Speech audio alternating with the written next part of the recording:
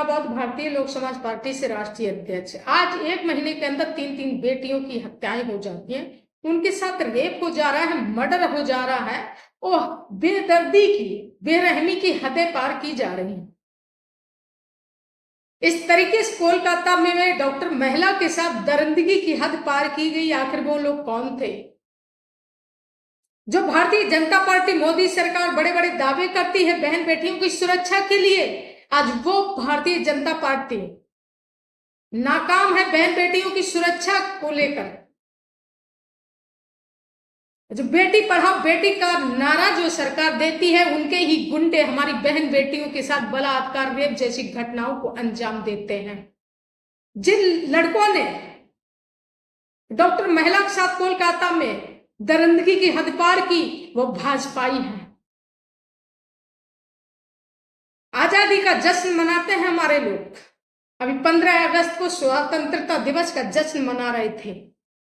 किसको लेकर के? किसकी आजादी को लेकर के? जिस देश में हमारी बहन बेटियां सुरक्षित नहीं, हम सुरक्षित नहीं, उस देश पर लानत है। मुझे देश में रहने वाले लोगों पर लानत है कि हम आज भी गुलाम हैं।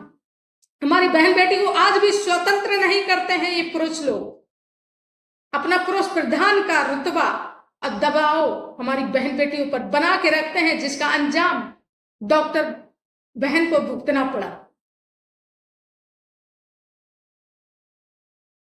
बहुत बड़े बड़े दावे करते हैं अपनी बहन बेटियों की सुरक्षा के लिए, बीवी के लिए। जब पति शादी करता है तो अपनी बीवी की सुरक्षा का वचन देता है। और अभी कल की रक्षाबंधन थी तो भाई अपनी बहन की रक्षा का वचन देता है।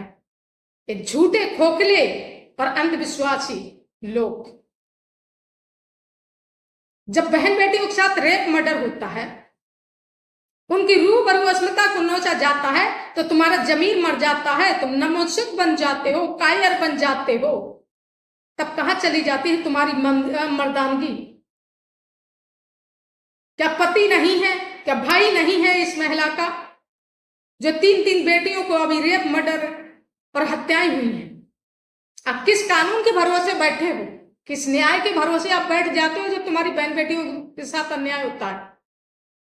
कि जो गुंडे, जो दरिंदे कुत्तों से भी ज्यादा हैवानियत की हद पार करते हैं, उनके बाप शासन और प्रशासन में बैठे हुए हैं, वो तुम्हें न्याय देंगे। जब तक जैसे का तैसा जवाब नहीं दोगे, तब तक अपनी बहन बेटियों को सुरक्षित नहीं कर पाओगे। एक अभी कुछ दिन पहले की घटना है कि एक बेटी के साथ रेप कर दिया था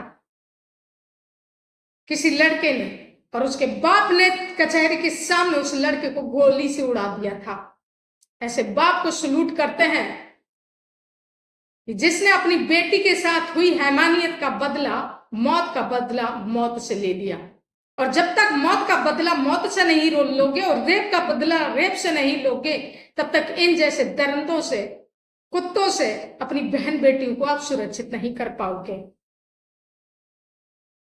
और नहीं, अगर इतनी हिम्मत है तो बहन बेटियों को जिस तरीके से घर में गुलाम बना के रखा है ना, चूड़ियां पहना करके, धोती साड़ी बिछिया पहना करके, उनको इतना कमजोर, इतना मजबूर करके घर में रखा है कि वो घर से अपनी आजादी से वो निकल नहीं सकती बाहर। सम्मान का जीवन निकल के बाहर नहीं जी सकती हैं, क्योंकि उन्हें समाज का मान और सम्मान की, इज्जत का कि जाल में फंसा करके घर में दबाव बना करके रखा हुआ है। उनको आजाद कर दीजिए कि हमने कहा हमें दे दीजिए चूड़ी बिछिया, हम पहन लेते हैं, तुम अपनी सुरक्षा के लिए खुद हथियार उठा लो और ऐसे दरिंदों को हिसाब ले लो इनसे। हम बहन बेटियां इतने कमजोर नहीं हैं, क्योंकि मर्दों ने कमजोर किया है। जब भी कोई बहन बेटी का रेप मर्डर होता है, फिर क्यों वहां सुनने में आता है कि 3-4 लड़के ने रेप किया, मर्डर किया? इतनी हिम्मत नहीं किसी एक महिला से, अकेली महिला से कोई अकेले पुरुष टकरा जाए। इसलिए 4-4 एक महिला पर 5-5 पुरुष हैवानियत अपनी दिखाते हैं, तब उसके साथ आप रेप मर्डर जैसी दरिंदगी हैवानियत कर पाते हैं। तो महिला की शक्ति को आपने दबा के रखा है। इसलिए वो कमजोर है। और ये इसको बढ़ावा देने वाली भी हमारी महिलाएं और बेटियां हैं, जो पुरुषों को सर पे बिठा लिया। पति तुम्हारी सुरक्षा करेगा, भाई तुम्हारी सुरक्षा करेगा, दे दीजिए चूड़ी बिछिया इनको और पहना के इनको घर में बैठा दीजिए। जब तक अपनी रक्षा के लिए आप खुद नहीं रोड और सड़कों पे आएंगी, इस भारत देश में तुम कभी आजाद नहीं हो पाओगी। ये ध्यान रखना। यहाँ चारों तरफ कुत्ते घूमते हैं, दरिंदे घूमते हैं। अनसेफ महसूस करती हो तुम खुद निकलने में, लेकिन उसके बाद भी तुम अपने अधिकारों को, अपनी शक्ति को, अपने सम्मान को नहीं समझ पाती हो कि हम भी इंसान है, हमारा भी उतना ही अधिकार है जीने का जितना एक पुरुष का है। पुरुष ने अगर कह दिया कि घर में रहो तो घर में ही बैठोगी। जिस तरीके से अभी उसने, पुरुष चाहे 4-4 औरतें कर ले, 10-10 मेहरियां रख ले तो चलेगा, लेकिन अगर एक औरत अपनी मर्जी से किसी पुरुष से बात भी कर ले तो वो उसने, पुरुष की इज्जत चली जाती है। जब वो अगर महिला कोई बेवफाई करे तो पुरुष की नाक कट जाती है, लेकिन महिला के साथ तुम दरिंदगी करो, हैवानियत करो तो तुम पुरुष प्रधान रहते हो, तो तुम्हें सम्मान मिलना चाहिए। है ये दोगली जो महिलाओं के साथ साजिश की जा रही है, महिलाओं को समझना होगा कि आपके साथ ये क्यों किया जा रहा है।